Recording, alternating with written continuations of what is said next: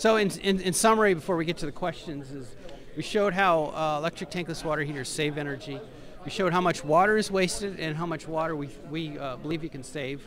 We showed the different unique deployment of the product within the home and the systems change, and as well as the backup sources for using these when you use advanced technologies.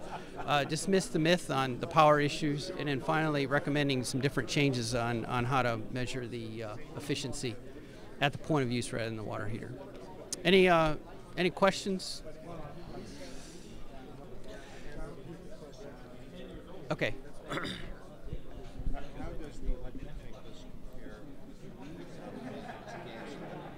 Yeah, so the question is, how does the return on investment compare to gas water heaters? The key differentiation on gas water heaters is it's very difficult to take a gas water heater and deploy them the way we're talking about deploying them at the point of use, because it's unusual to have gas lines throughout your entire house at the point of use. So the big savings is going to be with the water savings and the energy to use in the savings. So it'll be typically from a cost point of view, gas is probably going to be more efficient from a cost point of view. But gas typically is only, what, about 62% efficient, where electric tankless water heaters are 99% efficient, but the cost of gas is typically less. So, but when you take the point of use savings into it with electricity, it's very comparable or even better than a gas story. Does that make sense? You just cannot bring gas heaters at the point of use like you can the electric.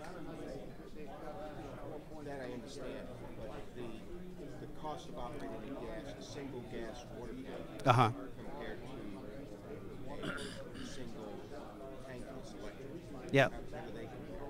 Yeah, typically gas is going to be a little bit cheaper to use, but you do have a lot of the wasted water that you can't get it with that. But it also depends on what part of the country you're in.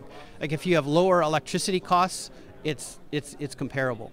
If you have high electricity costs, it's probably a cheaper way to use to gas. It's a regional issue. That's right. Yeah. Yeah. Good. Any other questions? I've been hearing that one of the issues about electricity is it was generating power while you didn't convert that power to efficiency. Yeah. Huge loss of efficiency creating electricity. Right.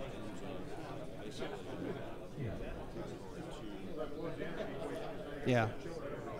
So it's kind of the site versus source question, where you have a lot of losses between the power generation getting to the home. So there's a lot of work going on in the power industry, and I'm told that in California, as an example, that they're going to have 22% of their power is going to be generated from renewable sources, whether it's wind, hydro, or solar. Okay. The key there is that using electricity to heat the water is the only technology using electricity that allows you to use renewable sources. So as our economy goes towards using more renewable sources, it makes a lot of sense to start using electricity rather than gas, because you can use renewable sources. Does that make sense? But there are the losses.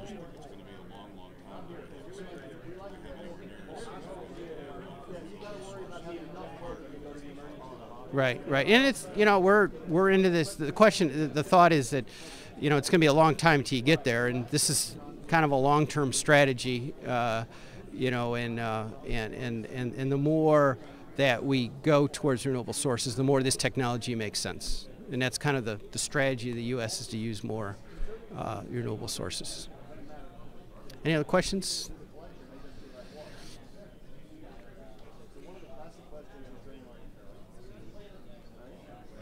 Okay. Just, as far as the meeting the standards and codes, how does this product comply with other types of water heaters, electric or gas? I mean, it complies with standards and codes. So the question is, does it comply with standards and codes? Yeah, right. They're, Underwriters Laboratory approved. There is currently in the codes today, there's allowable for up to 12 kW within the codes. What we're working on with the code boards, the ashtrays and so on, and the IAPMOs is to get them into the national registry for above 12 kW. Okay, so we need to upgrade the codes, and we're working with legislation right now through the coalition to make that happen. So Yeah. of course complies with the standards, so it is a certified product, but as far Right. as codes, right now the codes really go up to 12 kilowatt, and this of course takes more energy, so you're working with the code bodies to get this into Right. Well, no, they're acceptable at a local code level. I'm talking about the efficiency level measuring within. For safety wise it complies. Oh, for but safety wise it's but fine. get a Yeah. performance and efficiency. Right. Yeah. Yeah, there's probably about a million and a half units installed base currently for these products. So, I think the other message is that because, like, if you look at Europe as an example, I believe 37% of water heaters in Europe use this technology.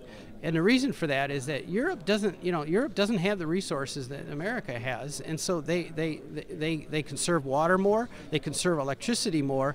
So because they're trying to conserve electricity and water, they're using this technology.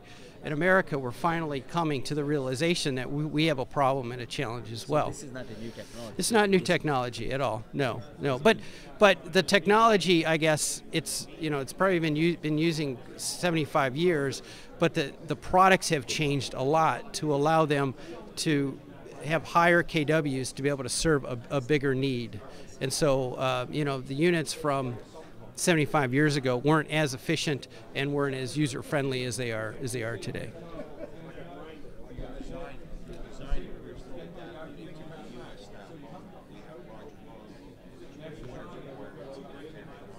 Right. That's right. That's right. So the designs to be able to have enough with the clusters is to have enough power to handle the clusters. Is the technologies allowed us to advance to be able to serve the entire home with multiple units, as an example. That's a good point. Yeah. I'm curious to know is that from the coalition standpoint, one of the things that I'm still mystified about is taking electric water heaters of any kind off the energy star program, largely because the program is about increasing efficiency. Right. And for electric water heaters themselves, pretty much at the limit. On the other hand, there's a lot of cars that are the power source and gas isn't very limited. Right. Right. Power source is limited to electric.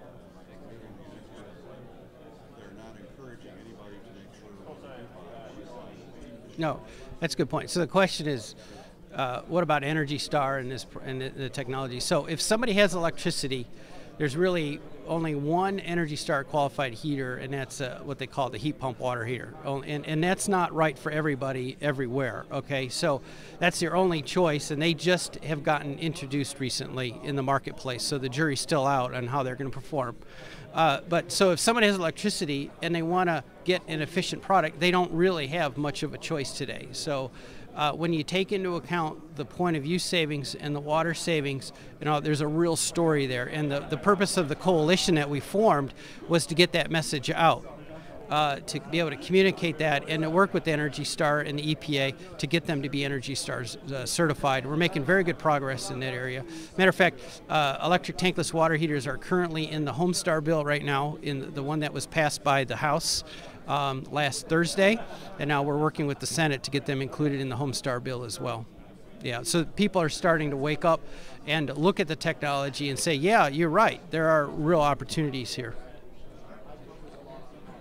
Yeah, so I mean, if it is in Homestar, I mean, what is the approach as far as Energy Star is concerned? Is this Energy Star is looking into this? Yes, the coalition met with the EPA last week to understand what they're trying to measure, and their goal is to try to have technologies that are 25% better than the standard, and we showed where we're about 42% better than the standard if you take into account the water savings. And so when you look at the EPA, they have a water sense program, they have an Energy Star program, and we're kind of between both of them. So we're working with the EPA to figure out how do we equate the water savings and the energy savings to be able to get an Energy Star program. And so we had an excellent meeting, and we're making progress to that in that front.